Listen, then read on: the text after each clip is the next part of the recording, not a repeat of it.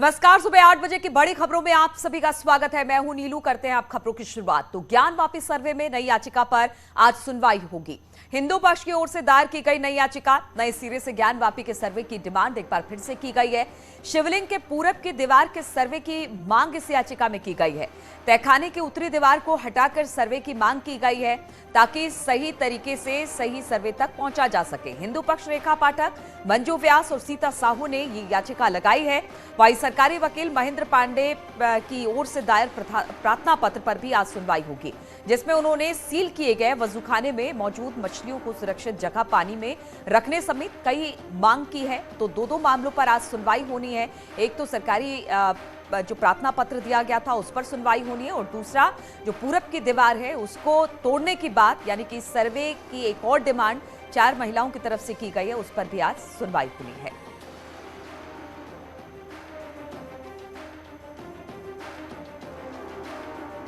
मास यह था कि जो कमीशन की कार्रवाई हुई है जिसमें शिवलिंग मिले हैं और वो शिवलिंग को मलबे से ईंट के पत्थर के जोड़िए से ढक दिए गए हैं। 3-4 फीट ही मात्र दिखाई दे रहा है। हम लोग को संभावना है कि और नीचे हैं, वो हम मलबे को हटा करके और उनके जो दीवार हैं, दीवार में हमारे दरवाजे हैं, दरवाजों को जो बंद करें उसको खोल करके स्पष्ट शिवलिंग का रिपोर्ट आ जाए। ब्रैकेटिंग के अंदर पश्चिमी दीवार पर जो माँ सिंगार गौरी का स्थान है वहाँ भी दरवाजे को बंद कर दिया गया, उस दरवाजा को खोलकर उसकी भी रिपोर्ट आ जाए। इस पर विपक्ष ने आपत्ति किया है, आपत्ति के लिए समय भी मांगा है। आज हम लोग वहाँ की सफाई और उनकी देखभाल, जो हमारी शिवलिंग निकली हैं उनमें कचरा अचरा भरा हुआ है, उनमें दीवारें खड़ी की हैं, उसको तोड़ने की मांग के लिए हम लोग आ जाए हैं। एप्लीकेशन डाली है। हाँ, एप्लीकेशन दी है अभी, क्योंकि वो शिवलिंग ही है, वो बाबा विश्वेश्वरनाथ है, वो शिवलिंग ही है, इसलिए कि हम लोगों ने कहा, हम लोग का विश्वास है पूरा वो शिवलिंग है। हम लोगों ने कोर्ट में यही कहा कि वहाँ पे जो है कि गंदगी ना हो, और न्यायालय ने 2 दिन का वक्त मांगा है। हम लोग और सर्वे की मांग कर रहे हैं कि सर्वे और हो, सर्वे होगा तो, और न्यायालय ने 2 दिन का समय मांगा है। फिर उसके बाद जो है कि पता चले जी, फिर उसके बाद और पता चलेगा। हम लोग चाह रहे हैं कि और सर्वे हो ताकि जो और सच छुपा हुआ है वो सच और सामने आए। और ज्ञानवापी मस्जिद मामले में आज वकीलों की ओर से सांकेतिक हड़ताल की गई है। अदालत में 2 मामलों पर आज सुनवाई होनी है। प्रभावित हो सकती है अगर वकीलों की हड़ताल होगी। मंदिर पक्ष की ओर से कुछ और जगहों की सर्वे की मांग की गई है। तहखाने में मौजूद मलबे और दीवारों को हटाकर सर्वे की डिमांड की गई है। मंदिर पक्ष की ओर से इस पर पेश होनी है आपत्ति। शासकीय अधिवक्ता महेंद्र पांडे की अर्जी पर भी सुनवाई होनी है, लेकिन कहा यह जा रहा है कि वकीलों की हड़ताल की वजह से इस पर कहीं ना कहीं मामला अटक सकता है वकीलों की हड़ताल को लेकर। तो ज्ञानवापी मस्जिद मामले में आज 2 मामलों पर सुनवाई होनी है। एक मामला तो यह है कि एक बार फिर से सर्वे कराने की डिमांड की गई है, और दूसरा शासकीय अधिवक्ता के मामले पर भी जो याचिका डाली गई है उसको लेकर भी आज सुनवाई हो सकती है। इसी पर बातचीत करने के लिए उपेंद्र इस वक्त हमारे साथ जुड़ गए हैं वाराणसी से। उपेंद्र, आज 2 मामलों में सुनवाई होनी है। सबसे अहम मामला तो एक बार फिर से सर्वे की डिमांड जो की गई है 3 वादी पक्ष की तरफ से, महिलाओं की तरफ से, और दूसरा शासकीय अधिवक्ता ने भी जिस तरह से याचिका लगाई थी खासतौर पर मछलियों को लेकर कि वहां पर वो बंद है, लेकिन ये भी खबर आ रही है कि वहां पर वकीलों की हड़ताल है। तो क्या जानकारी, क्या आज इस पर सुनवाई हो पाएगी इन दोनों मामलों पर? बिल्कुल, ये दोनों मामले सुनवाई पे लगे हैं, लेकिन वकीलों की सांकेतिक हड़ताल है।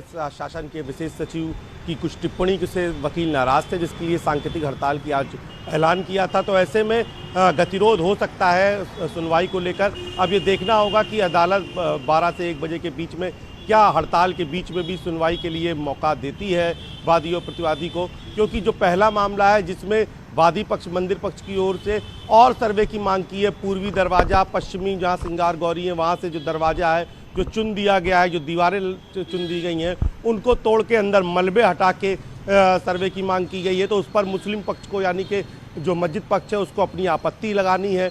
और दूसरा शासकीय अधिवक्ता जो है उन्होंने महन पांडे ने भी एक एप्लीकेशन दी थी, जिसमें शौचालय जो सील किया गया इलाका है शिवलिंग मिलने के बाद, उसमें अंदर शौचालय भी है। तो ऐसे में नमाजियों को देखते हुए कि शौचालय का भी रास्ता वहीं से उसको खोला जाए। दूसरा जो मछलियाँ थी हौज में, तालाब में, उनके जीवन संकट को लेकर भी एप्लीकेशन है, और तीसरा कुछ और भी जो वहाँ पर सील हुआ एरिया है जिसकी वजह से वहाँ दिक्कत होगी, तो मानवीय आधार पर फैसला देने की गुहार लगाई थी शासकीय अधिवक्ता ने। तो उस पूरे मामले में भी सुनवाई होनी है।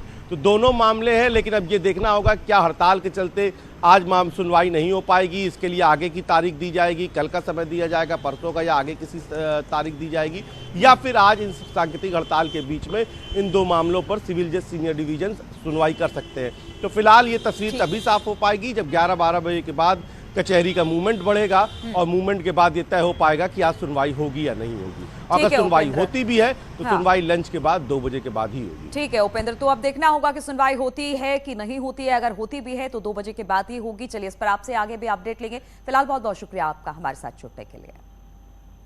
और ज्ञानवापी विवाद के बीच धर्मगुरु स्वामी जितेंद्रानंद सरस्वती ने सनसनीखेज दावा कर दिया है। ज्ञानवापी परिसर में जो शिवलिंग मिला है वो पन्ना का शिवलिंग है। मुस्लिम पक्ष उस शिवलिंग को नष्ट नहीं कर पाया, इसीलिए उस पर व्हाइट सीमेंट लगाकर उसे फाउंटेन बनाने की कोशिश हो रही है। स्वामी जितेंद्रानंद सरस्वती ने भी ये कहा कि ज्ञानवापी इकलौती ऐसी मस्जिद है जिसकी छत पर नमाज पढ़ी जाती है, क्योंकि उसके गर्भगृह और तहखाने पर हिंदू पक्ष का अधिकार है।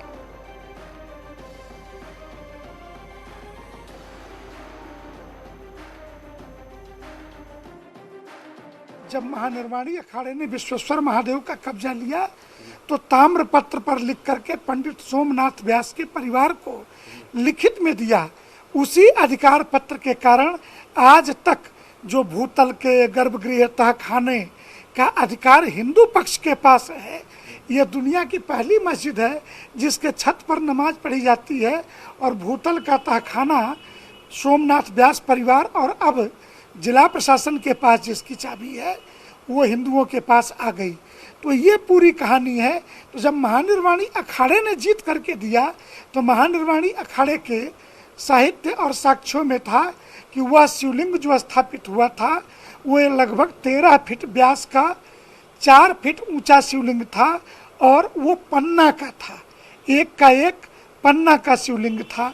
तो क्या वही शिवलिंग जिसको अभी ये नष्ट नहीं कर पाए, इसके सर पर प्लास्टर ऑफ पेरिस या वाइट सीमेंट का थोड़ा बहुत बना के ये फाउंटेन बताने की कोशिश कर रहे हैं, तो आप कल्पना कर सकते हैं कि क्या स्थिति हुई होगी। हम तो बस आह्लादित हैं कि अब साक्ष्यों की कोई ज़रूरत नहीं है। और ज्ञानवापी मस्जिद विवाद को लेकर समाजवादी पार्टी के अध्यक्ष अखिलेश यादव का भी बयान आया। उन्होंने कहा कि ज्ञानवापी जैसी घटनाओं को बीजेपी और उसके सहयोगी जानबूझकर भड़का रहे हैं। बीजेपी के पास महंगाई और बेरोजगारी जैसे मुद्दों का जवाब नहीं है, इसलिए इस तरह के मुद्दे लगातार बीजेपी की तरफ से उठाए जा रहे हैं। ज्ञानवापी मस्जिद का और इस तरह के घटनाक्रम भारतीय जनता पार्टी जानबूझ करके करती है, या भारतीय जनता पार्टी खुद होती है, या उसके हिडन या इंडिविजुअल मित्र होते उनके साथ, वो अपने अदृश्य मित्रों को भी आगे करती है। क्योंकि भारतीय जनता पार्टी जो बुनियादी सवाल है उनका जवाब नहीं देना चाहती। और ज्ञानवापी मामले पर अखिलेश यादव के बयान पर संतों ने नाराजगी जताई है। संतों का कहना है कि ज्ञानवापी में ज्योतिर्लिंग मिलने के बाद अखिलेश यादव का बयान देश के सभी हिंदुओं का अपमान है। ज्ञानवापी का प्रसंग है वो धार्मिक है, और इस धार्मिक में राजनीति नहीं जोड़ना चाहिए। जो राजनीति जोड़ करके और यह आरोप लगा रहे हैं, मैं कहता हूँ कि वहाँ जो महिलाओं ने क्या कहते हैं एप्लीकेशन दिया, कोर्ट में गई हैं, जो किसी पार्टी के नहीं हैं, इसलिए पार्टी के साथ इसको जोड़ना गलत है। मुलायम सिंह का बयान था कि मुसलमानों को खुश करने के लिए हमने अयोध्या में गोली चलवाई थी।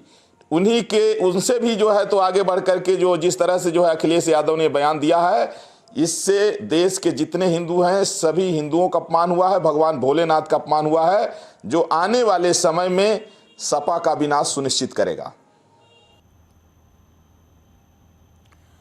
और उन्नाव में एक ट्रैफिक सिपाही की थाने में रोते हुए तस्वीर वायरल हो रही है। जानकारी के मुताबिक इस सिपाही ने एक गाड़ी को चालान के लिए रोका, जिसके बाद गाड़ी चालक उसे इंस्पेक्टर के पास लेकर गया, जहां वो फूट फूट कर रोने लगा। जिस गाड़ी को ट्रैफिक सिपाही चालान करने के लिए रोका था, उस गाड़ी पर हूटर और बीजेपी का झंडा लगा हुआ था। आरोप है कि कार सवार हूटर बजाते हुए जा रहा था। जब ट्रैफिक सिपाही ने उसे रोका तो कार सवार भड़क गया और कोतवाली में बंद करवाने की धमकी देने लगा। बताया जा रहा है कि कार सवार भगवंत नगर के विधायक आशुतोष शुक्ला के रिश्तेदार हैं। इसकी तस्वीरें अब वायरल हुई है। मामले में एसपी के आदेश पर 6 लोग, रजन्ना मिश्रा, संदीप पांडे, पंकज दीक्षित और 3 अज्ञात पर मुकदमा दर्ज किया गया है और सीओसीटी को जांच के आदेश दे दिए गए हैं।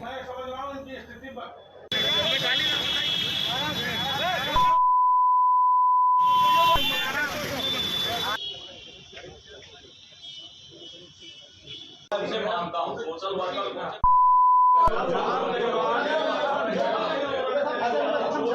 हमारे साथ चौराहे में कहा हो कि हमारी मैं समझ रहा हूँ इनकी स्थिति ये सही है, ये लोग तो सहमत वो करते हैं, लेकिन हम लोग भी कोई जो है वो नहीं करते। आप लोग कुछ नहीं करते, लेकिन इस बार मानता हूँ सोशल वर्कर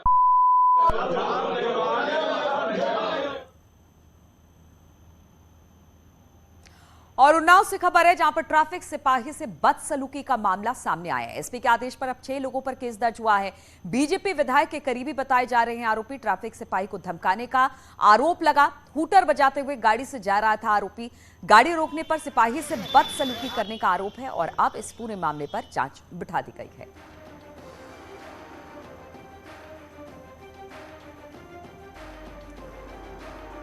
तो इस पूरे मामले पर अब केस दर्ज कर लिया गया है। 6 आरोपी बनाए गए हैं, जिसमें से 3 के नाम तो सामने आ गए। 3 अज्ञात लोग हैं जिनके खिलाफ अब कार्रवाई की बात हो रही है और इसको लेकर सीओसीटी को जांच सौंप दी गई है। बीजेपी विधायक के रिश्तेदार बताए जा रहे हैं जिसने इस सिपाही से बदसलूकी की।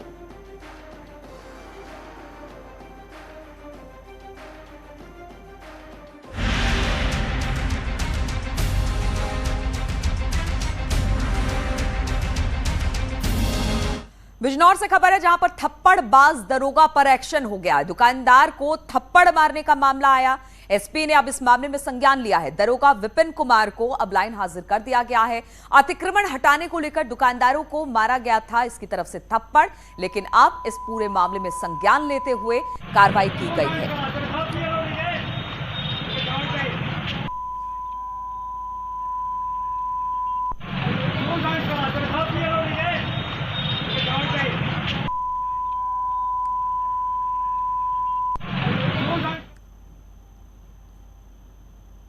और लखनऊ में 1090 चौराहे पर खड़ी कार में उत्पात मचाने वाले युवकों को पुलिस ने गिरफ्तार कर लिया। युवकों पर आरोप है कि वो सार्वजनिक जगह पर हंगामा और शोर शराबा कर रहे थे। युवकों के हंगामे और हुड़दंग का वीडियो सामने आ गया। पुलिस ने इस मामले में 10 युवकों को गिरफ्तार किया है। इसके अलावा 3 लग्जरी गाड़ियों को भी सीज कर दिया गया है।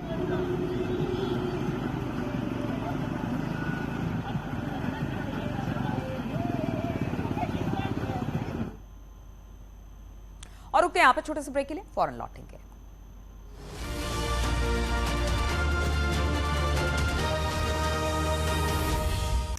और रामपुर कोर्ट में आजम खान की आज पेशी होनी है। 2 साल बाद रामपुर पहुंचने वाले हैं आजम खान। आजम खान 24 मई को कोर्ट में पेश होंगे।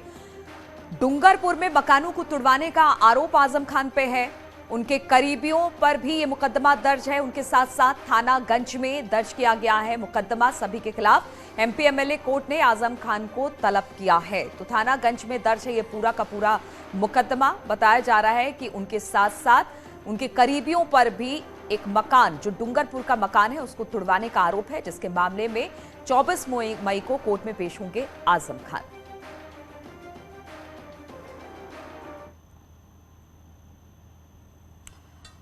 और मथुरा से खबर है, जहां पर हिस्ट्री शीटर और गांजा माफिया गजेंद्र जाट पर पुलिस प्रशासन का चाबुक चला है। गांजा माफिया गजेंद्र जाट की 1,27,64,000 रुपए की संपत्ति को कुर्क कर लिया गया है।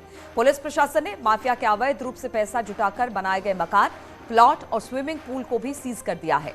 गांजा माफिया गजेंद्र जाट का मथुरा के अलावा हाथरस में साम्राज्य फैला हुआ था।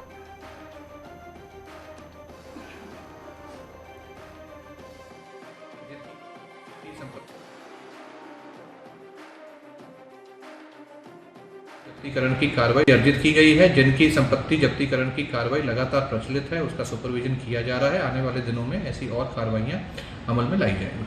जो विशेष रूप से जिनकी संपत्ति जब्त हुई है, इनके द्वारा ऑनलाइन फ्रॉड करके लोगों से धोखाधड़ी की जाती थी। इनमें एक शराब माफिया भी है। इसके अलावा जो भी खनन माफिया है या भू माफिया है या आपराधिक माफिया है, उनको भी चिन्हित किया गया है। अपराध में लिप्त कोई भी व्यक्ति अगर गिरोह बना करके ऐसी गतिविधियां उसके द्वारा पूर्व में की गई हैं, तो उसकी संपत्ति जब्तीकरण के आइडेंटिफाई करके उसकी संपत्ति जब्त करने के आदेश सभी SHOs को, सभी गजेटेड ऑफिसर्स को दिए गए हैं। और लगातार इनके चिन्हीकरण की कार्रवाई चल रही है और इसको शीर्ष स्तर से मॉनिटर किया जा रहा है। और प्रयागराज में एक शख्स की वकीलों और दूसरे लोगों के साथ जमकर हाथापाई हो गई, जिसका वीडियो अब वायरल हो रहा है। जानकारी के मुताबिक आरोप है कि ये शख्स गरीब लोगों से पैसे ऐंठता था। फूलपुर तहसील का ये वीडियो बताया जा रहा है, जहां पर इस तरह से हाथापाई तहसील परिसर में ही देखने को मिली और अब ये वीडियो वायरल हो गया है।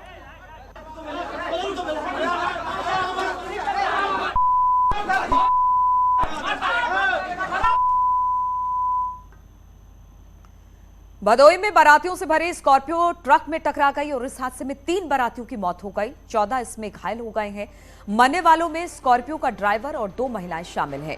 गाड़ी में बड़ी संख्या में महिलाएं और बच्चे बैठे हुए थे। ये लोग बारात में शामिल होने के बाद घर लौट रहे थे, तभी चौरी बाजार के पास हादसे का शिकार हो गए। इस हादसे में स्कॉर्पियो के परखच्चे उड़ गए। घायलों में 7 की हालत इस वक्त गंभीर है। उन्हें वाराणसी ट्रॉमा सेंटर रेफर कर दिया गया है। और मथुरा एक्सप्रेसवे पर भी हादसा हुआ है। यहां पर बड़ा हादसा देखने को मिला, जहां पर खड़े ट्रक से टकरा गई बस। 3 की इसमें मौत हुई है, 32 लोग इसमें घायल हो गए हैं। बस को कटर से काटकर लोगों का रेस्क्यू किया गया। घायलों को अस्पताल में एडमिट करा दिया गया है। वृंदावन से दिल्ली जा रही थी श्रद्धालुओं की बस, जो कि वृंदावन गोवर्धन का दर्शन कर लौट रहे थे श्रद्धालु। और रुकेंगे आप छोटे से ब्रेक के लिए, फौरन लौटेंगे।